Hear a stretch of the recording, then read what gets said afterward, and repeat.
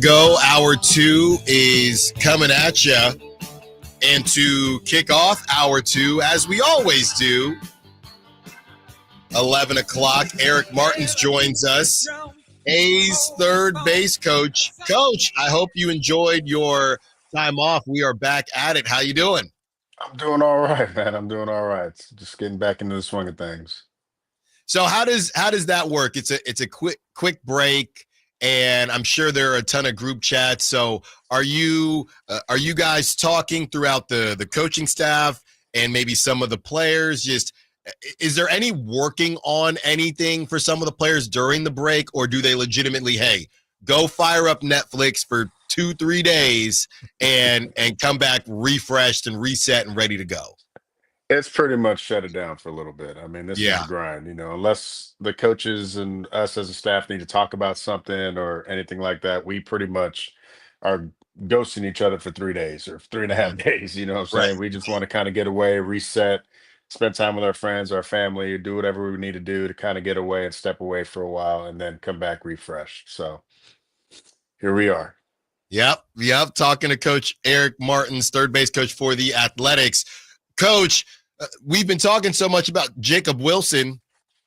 Nick Kurtz, I think, felt some type of way, and it feels like he's hitting a home run every other game. Talk about that rookie of the year race and how Nick Kurtz, the amount of home runs that he's hitting is making it close. Has there been any playful trash talk between the two? Are they even discussing it, or is it just, hey, you do your thing, I'll do mine, let's both just have a great season?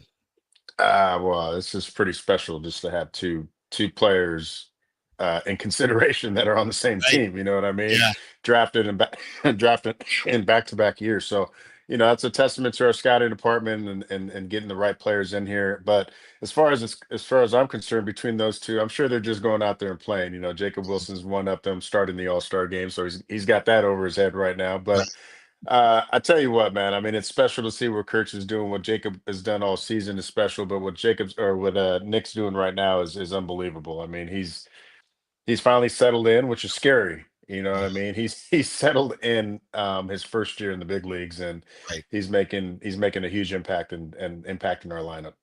I was reading an article that said Nick Kurtz might be one of the best hitting first basemen in the next couple years, and maybe sooner than that. And we've talked about the scout once scouting report comes out, how things change and how the hitting, you got to adjust to the adjustment. You've been around the game a long time. These top picks, they don't all work out, and maybe they don't all work out to any level or to some level. At what point do you see a top pick and you or your staff, whoever you're with together, say, yeah, we got one. We got one. And on the other side, when you have those guys and you say, okay, we took a swing on an upside and doesn't look like it's going to work. Because with Nick Kurtz, clearly you got one. I mean, prematurely, yes, we're saying we got one right now, but what he's doing right now is special, and we just hope that nobody in the room messes him up and allows him to do whatever he needs to do. Yeah. Just kidding when I said that. But no, seriously, I mean, what he's doing right now is special. Look, there's going to be some adjustments. Adjustments are going to be made on him, and he's going to have to adjust, just like Wilson's going through right now. Um, but this kid's special, man. I mean, as far as preparation for a first year player, he's as prepared as anybody in that clubhouse, knows what the pitcher's going to try to do to him, knows the tendencies and what this guy's going to do. So he's taken what he's doing right now to a different level. So Yeah. it's fun to see him do that in preparation, and he's becoming a big leaguer in front of our eyes quickly. And so that's one of those things that you want to see is you see the talent, right? But there's a lot more than just going out there and playing the game on how to be a big leaguer and preparing a day in, day out, and that grind mentality of preparing yourself to go out and play a Major League Baseball game every single day. It's not just going out there, putting your cleats on, batting gloves on, going up to the plate and just hoping that you're going to hit. You got to be prepared for what these guys are going to try to do to you, what their arsenal is, what they do in certain situations. So I mean, what he's done in the last like month and a half, 2 months is spectacular. Yeah, and I saw him on Top Plays a couple days ago for that glove that he laid out and he passed it, or he threw it to the catcher with his glove. So let's not sleep on his defense either. He can do some things on both sides of of the baseball. Coach, 1-3 since the All-Star break. What's the focus for the second half as we start to get underway on, and it's kind of more than the second half, but as we start to get underway for the last half of the season? It's just continuing to try to play good baseball, right? Mm-hmm. It's just going out there and not making the mistakes that continuously happen. Whether it's cutoff and relays, playing good defense, executing pitches, executing at bats, putting together some at bats, and trying to work on those things. That's the focus for us right now. We know how talented we are. We talk about it all the time. Other teams talk about us all the time, but we can go out there on a certain day and look like we haven't prepared to play a baseball game, unfortunately. And it's just the youth of our team. So it's those things of, like I talked earlier about, consistently being a big leaguer and playing Major League Baseball and being in the right spots, executing situations, defensively, being in the right place for cuts and relays and throwing to the right bases and stuff like that. That you don't want to give teams extra bases. Contain the base that they're at, and that's it. And then from the next pitch, you can get a double play or something like that. But if we throw to the wrong base, or we overthrow the cutoff man, or we don't execute a bunt defense, we're giving extra outs, and that's something that we cannot do. And so that's the focus of our team, is just playing solid baseball, playing solid defense, you know, throwing strikes and executing at bats. Talking to Coach Eric Martins, third base coach for the Athletics. Coach, Bob Nightingale reported that the A's won't be moving Mason Miller. They said, don't even bother calling. From your perspective, for some of the A's fans out there that might say, hey, well, we could get some pitching prospects and we already have some really good young hitters. Can you explain from your side? I know you're on the field, obviously, but from your side, why it makes sense for the A's to hold on to the elite closer? Well, I think like we talk about it all year is that we're close. We're Mm-hmm. we're really close, and to have an elite closer like we do right now, and give them up for prospects, you're basically waving the white flag right now. And honestly, we're super close, and with our talent that we have to contend here really soon. And when Yeah. you got somebody like Mason who's under control for the next few years and being one of the best closers, if not the best closer in the league, it's hard to give up unless somebody is going to wow you. So that is out of my pay range of Right. what's going to be offered, but I can see why we'd be skeptical to want to just move him just to move him. Yeah.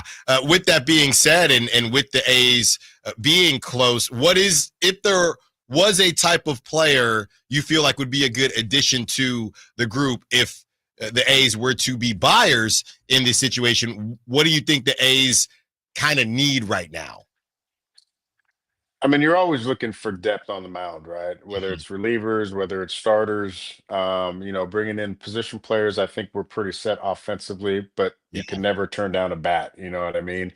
And so just bringing in a veteran maybe on the offensive side to help these guys continue to learn and how to prepare as big leaguers. Obviously you can always use pitching, you can always use relievers. So there's so much that you can always add to a team, even though you're already talented and not really stray away from wanting to acquire players. So it's one of those things where what's the right fit for the group that we have right now? And that's Yeah. more of makeup wise, personality wise, leadership wise.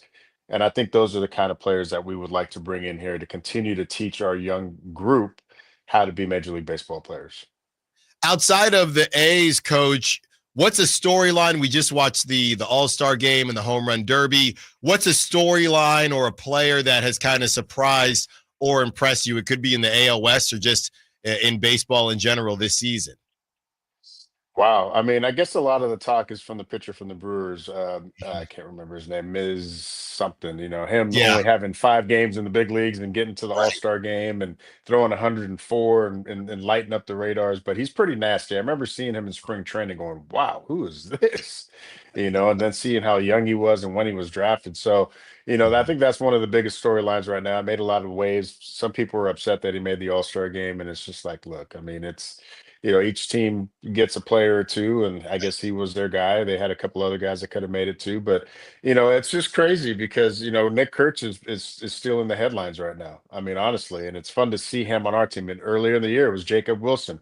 During the Right. year, it's Denzel Clark making the list. So it's like you look around the league, Brent Rooker, what he did in the All-Star game. So there's a lot of A's players making a lot of waves, or making a lot of noise out there, and it's fun to hear. But we're starting to open eyes, continue to open eyes. I don't want to say start because everyone knows how talented we are, but seeing those guys getting some media attention has been good, and that just goes to show how close this team really is. We turn the corner and acquire some, whether we get some more pitching, we get another player in here, we make a run to end the season, and here we go next year with a little bit more momentum and the same group that we have right now.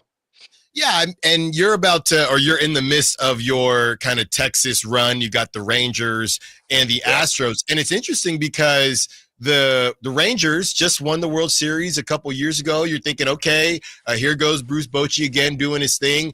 They haven't really been able to find their footing. The Seattle Mariners, a team there every year, hey, are they going to break the streak and get into the playoffs? And they got Cal Raleigh, and he's been a really good story, the big dumper out there in Seattle. Does that give the A's a little bit of hope? Because in both ways, this thing can shift immediately, where one season you might be out of it, but the next season you put one or two things together and you get a Nick Kurtz and a Jacob Wilson to kind of start to be the anchors of that lineup, and we could be cooking here in the next couple seasons, maybe even next season.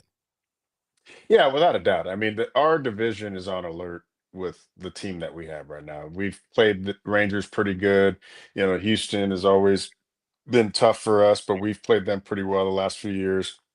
Seattle, I mean, has had our number, but this year we've had some really good series with them. So, we're on the rise, and we're definitely a team in the division that people know that we're on the up and up. So, Yeah. These teams like Texas, you look at Texas, who just won the World Series a couple years ago, and they haven't really been able to put it together, unfortunately for them, especially with that payroll that they have and the players that they acquired.